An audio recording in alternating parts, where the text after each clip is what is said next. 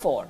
Last night, we got you the first part of our investigation into the coronavirus outbreak. We told you how China destroyed evidence, how China tried to cover up. Tonight, we bring you the second part of our series, how this virus spread from China to the rest of the world, how the Wuhan virus crossed borders, traveled to faraway countries, creating new hotspots and leaving a trail of death along the way.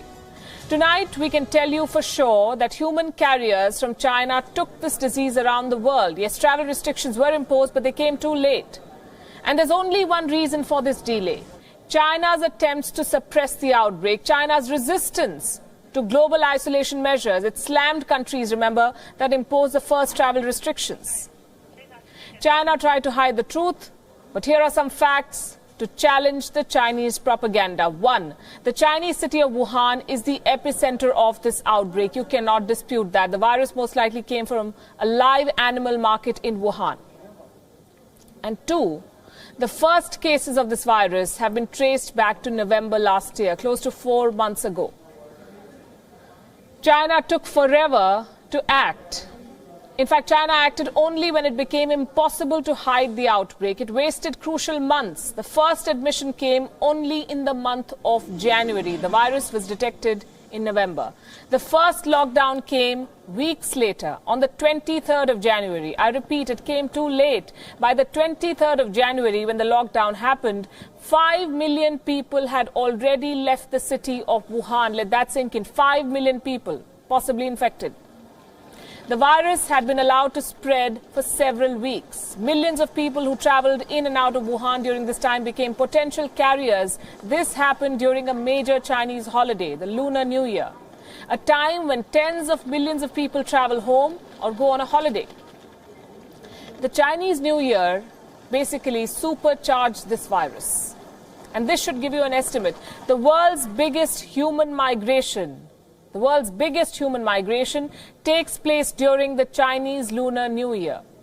According to one estimate, Chinese tourists were expected to make 450 million trips this year, and this includes both domestic and international travel. And these trips were scheduled between 24th and 30th of January, bang in the middle of the coronavirus outbreak in Wuhan. No wonder it spread like fire.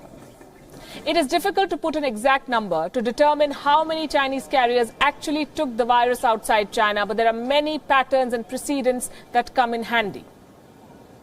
And this, I can tell you, is an informed and well-researched assessment. The Journal of Travel Medicine published a paper in the month of January. It looked into the international spread of the Wuhan coronavirus. And just by commercial air travel, this study named 20 cities frequented by from Wuhan during the Lunar New Year. That list includes some names. This list is on your screen. Let me read out the names of the countries mentioned here: Taiwan, Japan, Thailand, South Korea, Singapore, Malaysia, Australia, and Indonesia. What is common between these countries? All of these countries are now dealing with an outbreak of coronavirus cases. The Chinese took them there. China took no lessons from the past.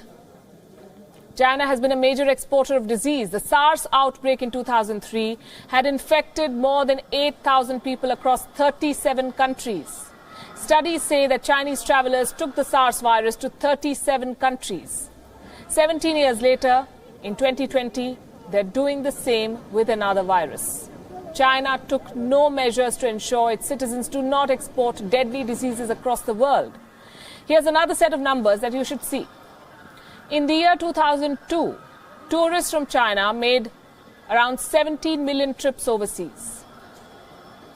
By 2019, that figure rose to 180 million, from 17 to 180 million. Chinese tourists have flooded the world.